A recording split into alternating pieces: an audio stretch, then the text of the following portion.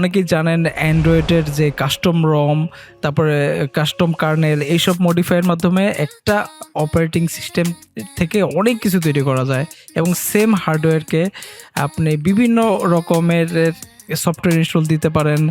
একটা ফোনের থেকে রম নিয়ে আরেকটা ফোনে পোর্ট করতে পারেন। আজকে ভিডিওটা তাদের জন্য। আচ্ছা, আজকে আমরা ভিডিও করতে Xiaomi Pad 5 বা নাবু, এটা টেকনিক্যাল নাম হচ্ছে NABU, নাবু।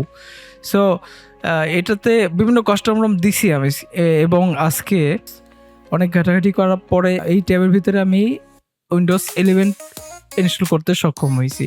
যদিও এ নিয়ে অনলাইনে অনেক ভিডিও আছে, আমি আজকে টিউটোরিয়াল ভিডিও বানাবো না, আজকে আমি বানাবো experience video.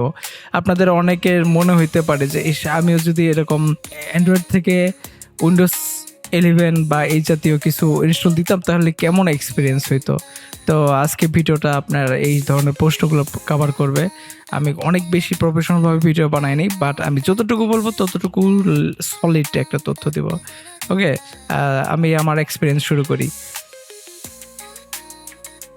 Welcome to Windows 11 on Android phone or pad or tab, একই কথা।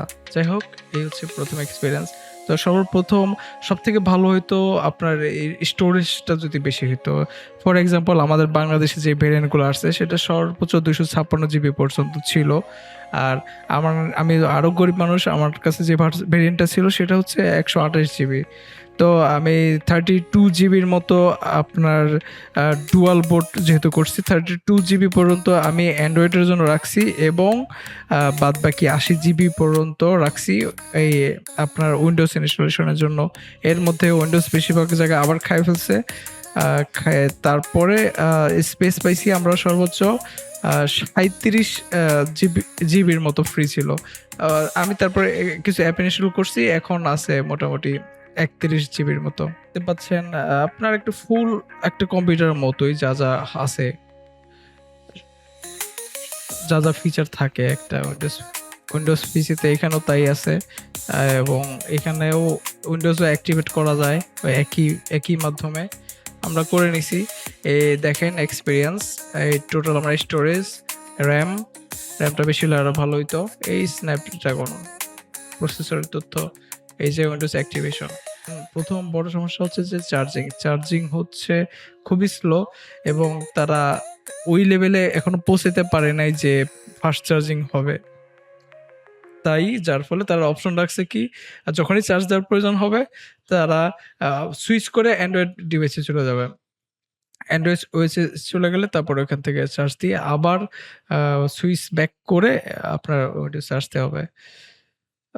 বেশ কমন কিছু আপনার হার্ডওয়্যারগুলা চলতেছে, এগুলোর সফটওয়্যার ইনস্টল করা আছে। ফর এক্সাম্পল, ব্লুটুথ চলে, ওয়াইফাই চলে, এবং নিচে একটা লিঙ্ক দিয়ে দেব। এখানে গেলে আপনার এই প্রজেক্টের লিঙ্কটা দেখতে পারবেন এবং কি কি বর্তমানে কাজ করতেছে এবং সর্বোচ্চ তার কতটুকু খাবার দিতে পারছে ডেভেলপিং করে, সেটা আপনারা দেখতে পারবেন। আমি খুব বেশি অ্যাপ ইনস্টল করি নাই, অলরেডি আমি অ্যাপসের ভিতরে আছি। আমার খুব শখ ছিল, আমি তো যখন অফিসে থাকি বা রিমোট এরিয়াতে থাকি তখন বাড়ির কম্পিউটার সাধারণত ব্যবহার করতে হয় রিমোটলি। আমি চাচ্ছিলাম এই বেসিক কাজগুলো আমি কেন আমার ডিভাইসে করতে পারবো না। সেই নিয়তেই আমি মূলত এখানে উইন্ডোজটা ইনস্টল দিয়েছিলাম। একটা সময় ওয়েব ডেভেলপার ছিলাম, এখন ভাইব কোডার হয়ে গেছি। যাই হোক, ওটা কোনো সমস্যা না, আমাদের ফান্ডামেন্টাল বেসিক থাকলেই হয়ে গেছে। এখন আমাদের ইচ্ছা ছিল অ্যান্টিগ্রেভিটি ইউজ করা। সকল সফটওয়্যারে কিন্তু আপনি চাইলেই ইনস্টল করতে পারবেন না, এটা একটা বড় লিমিটেশন। আপনারা শুধুমাত্র ওই ধরনের সফটওয়্যারই ইনস্টল করতে পারবেন যাদের আর্ম ভার্সন আছে, ARM ভার্সনের তাদের এডিশন আছে। আমি আপনার অ্যান্টিগ্রেভিটির ARM যে ভার্সনটা আছে সেটা ডাউনলোড করছি, এবং এটার পারফরমেন্স ইনস্টল নিতে প্রচুর সময় লাগে, এবং আমি বলবো যে খুব ভালো একটা পারফরমেন্স। এখন থেকেই আসলে ড্রব্যাক শুরু। তো ফর এক্সাম্পল আমি একটা টেস্ট করি, এজেন্ট টেস্ট। এই তো প্রবলেম শুরু, ভিডিওর মধ্যেই প্রবলেম শুরু। এই যে এই ধরনের অনেক ধরনের সমস্যা পাবেন। এই যে চলতে চলতে নট রেসপন্ডিং। আমি ওপেন কোড আরও এই ধরনের বেশ কিছু কমন আপনার এআই কোডিং এজেন্ট ইনস্টল দিছিলাম আমার কাজের উদ্দেশ্যে, কিন্তু আপনার চালাতে পারি নাই। এই ধরনের বিভিন্ন কারণে ফোর্স স্টপ হয়ে যাচ্ছে। এখন রিওপেন করে লাভ কি? আমি যদি সেশন হারিয়ে ফেলি তাহলে তো লাভ নাই।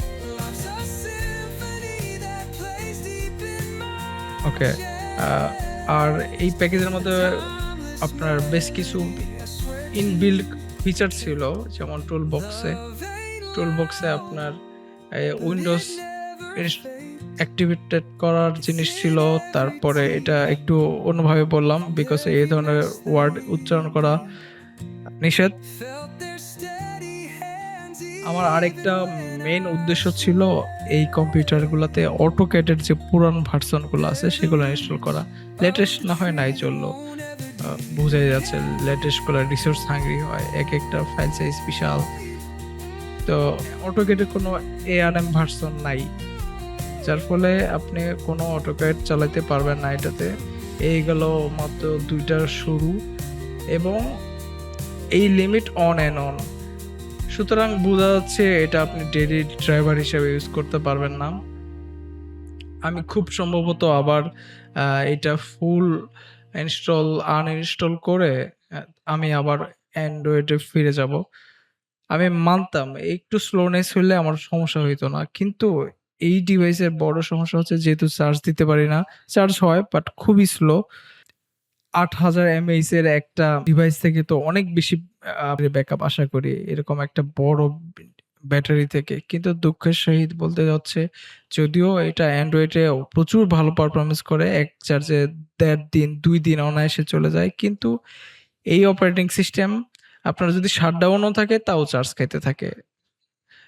যে স্ক্রিন অফ, এই মুহূর্তে সব অ্যাক্টিভিটি সব ডিলিট হয়ে যাবে, ফোন আপনার ডিভাইসটা চার্জ খাবে না, কিন্তু তা না। এইটা সবসময় ব্যাকগ্রাউন্ডে চলতেই থাকে।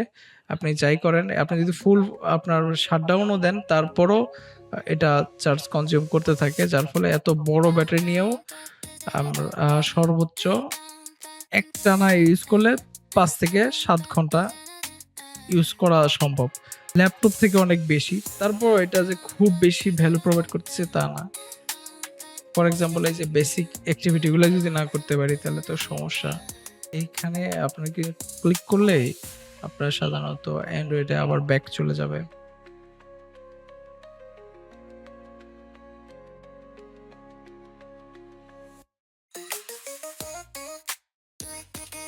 আচ্ছা, কিছুক্ষণ আমার অ্যাক্টিভিটি দেখেন আমরা কি কি করি।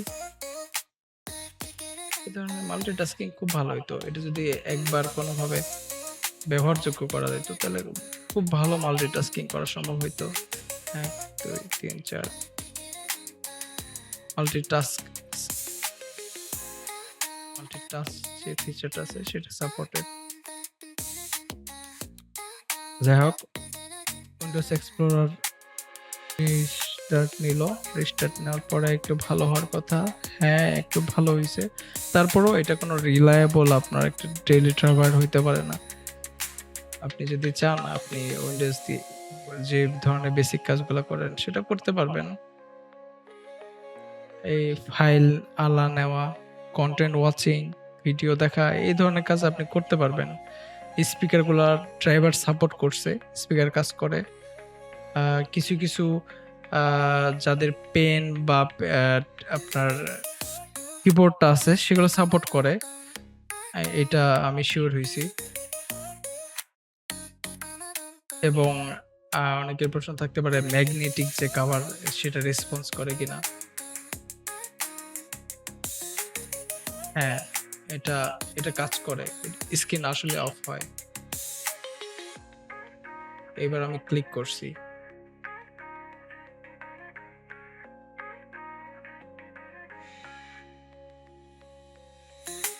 আচ্ছা এই যে রেসপন্স করা শুরু করছে। এই মুহূর্তে আসলে অফ হয়েছে, স্ক্রিনটা অফ হয়েছে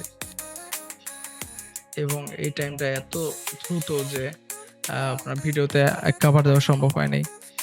এইগুলো এক্সপিরিয়েন্স।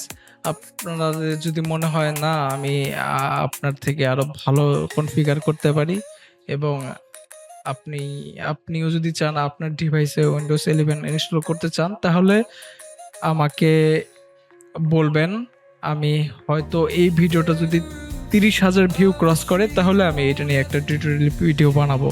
কারণ বাংলায় এ নিয়ে কোনো ভিডিও নাই। যা আছে সব ইন্টারন্যাশনাল বিভিন্ন ল্যাঙ্গুয়েজে আছে, ইংলিশে আছে। একটা ভিডিওতে সাধারণত অনেক বেশি তথ্য কভার দেওয়া সম্ভব হয় না যেহেতু আমি কোনো স্ক্রিপ্ট লিখে ভিডিও বানাইতে বসি নাই। তো প্রশ্ন থাকতে পারে সকল অ্যান্ড্রয়েড ফোনেই কি আপনি Windows 11 ইনস্টল করতে পারবেন?